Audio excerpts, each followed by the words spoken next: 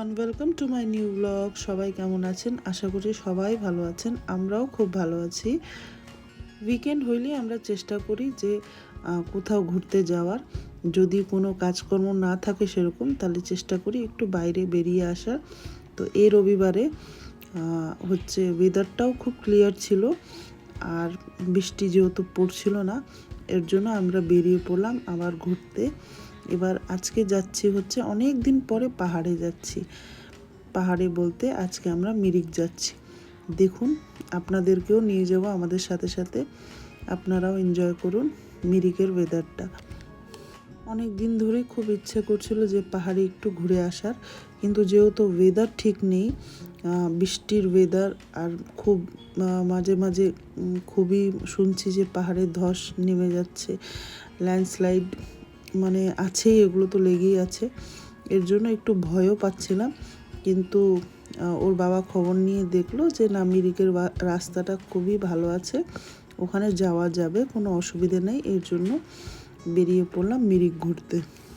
যতই যাই বলেন, পাহাড় কিন্তু একটা আলাদাই সুন্দর, আর পাহাড়ে আসলে এমনি মন ভালো হয়ে যায়। আর আমার মনে হয় না যে এরকম মানে কমই মানুষ আছেন যে পাহাড়কে না ভালোবাসেন। চারিদিকের মানে প্রকৃতির এত সুন্দর সুন্দর জিনিস, মানে চোখে না দেখলে সেগুলো বিশ্বাস করা যায় না। আর মিরিকের স্পেশালিটি হচ্ছে এই চা বাগান, তার সাথে সাথে হচ্ছে পাইন ট্রি। চারিদিকটা মানে যত উপরে উঠছিলাম, চারিদিকটা এত সুন্দর লাগছিল যে আমি গাড়িতে বসে অতটা ক্যামেরা ক্যাপচার করতে পারি নাই, কিন্তু যেগুলো চোখে দেখেছি সেগুলো বিশ্বাস করার মতো না। যতবারই আসি ততবারই একটা অন্যরকমের সুন্দর লাগে, এতটাই সুন্দর মিরিক। শিলিগুড়ির থেকে এসি চালিয়ে আসলেও গাড়িতে আর একটু উপরে উঠতে না উঠতে এসির আর দরকার নাই। এত সুন্দর হাওয়া, এত সুন্দর ওয়েদার, মানে ছবির মতন সুন্দর চারিদিকটা লাগছিল দেখতে। একদিক দিয়ে মেঘ বয়ে যাচ্ছে আর একদিক দিয়ে সুন্দর হাওয়া। মানে কিছুক্ষণ দাঁড়িয়ে নিয়ে এখানে এই যে এটা হচ্ছে ভিউ পয়েন্ট, এখানে কিছুক্ষণ দাঁড়িয়ে এখানে উপভোগ করলাম হচ্ছে এখানকার সুন্দর ওয়েদারটা। আর দেখুন আজকে আমাদের সাথে কে আসছে পাহাড়ে বেড়াতে। এটা হচ্ছে ডুগ্গু বাবুর ফার্স্ট পাহাড় ট্রিপ। ও আজকে আসছে আমাদের সাথে ঘুরতে, আর ও দেখি কোনো ডিস্টার্বিং নেই, জানেন, হয়তো এত সুন্দর ওয়েদার পেয়ে ও খুব খুশি। সুন্দর চারিদিকটা দেখতে দেখতে চলে আসলাম মিরিকের মেন লেকের কাছে।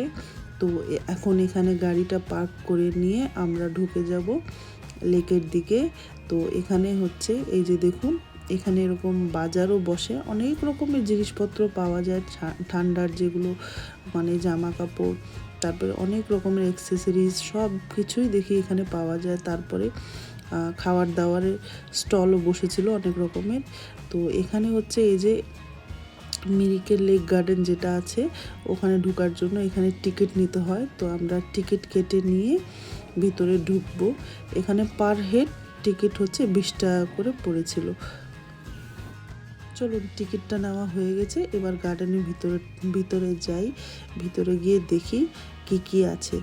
যখন এখানে মনে করেন যে যেগুলো মনে করেন বসন্তকাল, সেখানে ওই টাইমটায় আসলে এখানে অনেক রকমের ফুল দেখা যায়, কিন্তু এই সিজনটা হচ্ছে ফুল সেরকম দেখলাম না। আর এই যে এটা হচ্ছে লেকটা, এখানে জানেন তো এখানে এখন বোট রাইডও হয়, বোটিংও করে লোকজন অনেকেই বোটিং করছিলেন। অনেক রকমের মানে নতুন নতুন বোটও এনেছে এনারা। তো দেখলাম কিছুক্ষণ এখানে বসে বসে।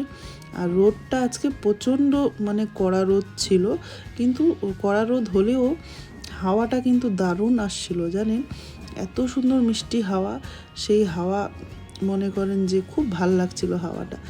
আর এই যে এবার গার্ডেনের থেকে বেরিয়ে আমরা ওই মনে করেন যে ব্রিজটা আছে মিরিকে লেকের উপরে, ওই দিকটা যাব। চলুন ওই দিকটা যাওয়া যাক। এই দিকটা এসে তো বাপরে বাপরে, লোকের যেরকম লোক, আর হচ্ছে প্রচুর রকমের স্টল। এই যে দেখুন এখানে এই যে এটা হচ্ছে নেপালি ট্র্যাডিশনাল ড্রেস, যেগুলো মনে করেন ওনাদের কাছে ভাড়া নিয়ে পরাও যায়। যারা ফটো তুলবেন বা ভিডিও করবেন তারা হচ্ছে এখান থেকে পরে হচ্ছে করতে পারেন। তো তো এখানে এগুলো দেখলাম, হর্স রাইডিংও ছিল। আর হচ্ছে এই যে এই দুজন মিলে ইনারা হচ্ছে ইউটিউবার, এখানে পারফর্ম করছিল, ডান্স পারফর্মিং।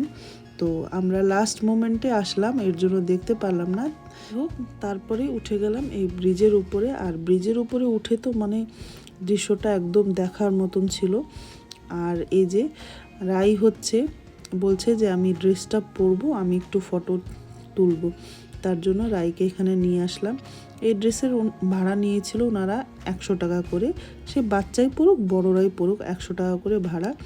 তো রাই এটা পরে একটা পারফর্মও করেছে, যেটা আমি রিলসে ছেড়েছিলাম, সেগুলো তো আপনারা দেখেছেনই। তো কেমন লাগলো সেটাও আমাকে একদম অবশ্যই জানাবেন। আর চলুন আজকে ঘোরাফেরা করার পরে এই জায়গাটাকে মন ভরে দেখে নিচ্ছি, আবার কবে আসা হবে। এই জায়গাটাকে বাই বাই করে এবার অনেক খিদেও পেয়ে গেছে জানেন, এর জন্য হচ্ছে এখানে ভালো একটা রেস্টুরেন্ট দেখে ওখানে সবাই মিলে খেতে বসবো।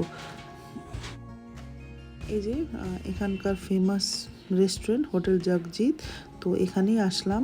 এখানে এসে ভিতরে অ্যাম্বিয়েন্সটা খুব সুন্দর, আর এখানে হসপিটালিটিটাও এত সুন্দর, ওনাদের প্রত্যেক স্টাফের ব্যবহার খুব ভালো। আর এখানে এসে এবার কিছু অর্ডার করব, অর্ডার করার পরে আমরা একটু বসলাম। এই যে দেখুন, ছোট বেবির মা হলে যা হয়, মনে করেন যে বেবিদেরকে নিয়ে ব্যস্ত থাকতে হয়। আমার বোনেরও পরিস্থিতি আজকে তাই, কিন্তু যাই হোক, রাস্তায় কিন্তু খুব ভালো সার্ভিস দিয়েছে আজকে, কোনো রকমে কোনো কিছু বাড়াবাড়ি করে নাই। পাহাড়ে আসবো আর মোমো খাবো না, এটা তো হবেই না, এর জন্য আমরা এখানে একটু মোমো নিয়েছিলাম, তার সাথে সাথে খাবার দাবার অর্ডার করেছিলাম। খাবার কিন্তু ওটা এক্সপেক্ট করেছিলাম সেরকম ছিল না, মোটামুটি ছিল আমার হিসাবে। একদমই মনে করেন যে ভুল করলাম এখানে ঢুকে। আমার মনে হলো সবার টেস্ট অন্যরকম, সবাই হচ্ছে সবার নাই লাগতে পারে, ভালোও লাগতে পারে, কিন্তু আমার মতে তাই মনে হয়েছে। তো যাই হোক, চলুন আজকের ব্লগটা এখানেই শেষ করছি। সবাই ভালো থাকবেন, আর ব্লগটা কেমন লাগলো একদম আমাকে কমেন্টে জানাতে ভুলবেন না। খুব তাড়াতাড়ি দেখা হবে আপনাদের সাথে আবার পরের একটি ব্লগে। সবাই ভালো থাকবেন, থ্যাংক ইউ।